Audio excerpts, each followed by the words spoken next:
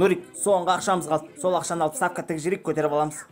Кто не рискует, тот не пьет шампанское. Тіге берейік. В общем, бар ғой, экспресс қалдырып тігу керек. 100 коэффициент шығарып аламыз. Есептеп көрші. Жыбы шығады. Все, есептеп қойдым. Точно көтеріп аламыз. Кеттік, жүр.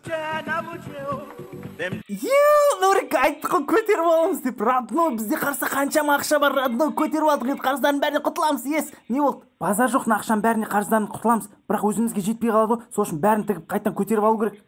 Ай, Нурик, ақшаң бар ғой, бәрін тігеміз, 2 есе көтеріп аламыз. Қарыздан бәріне құтыламыз, машина аламыз. Өзімізге де жетеді, бәріне жетеді.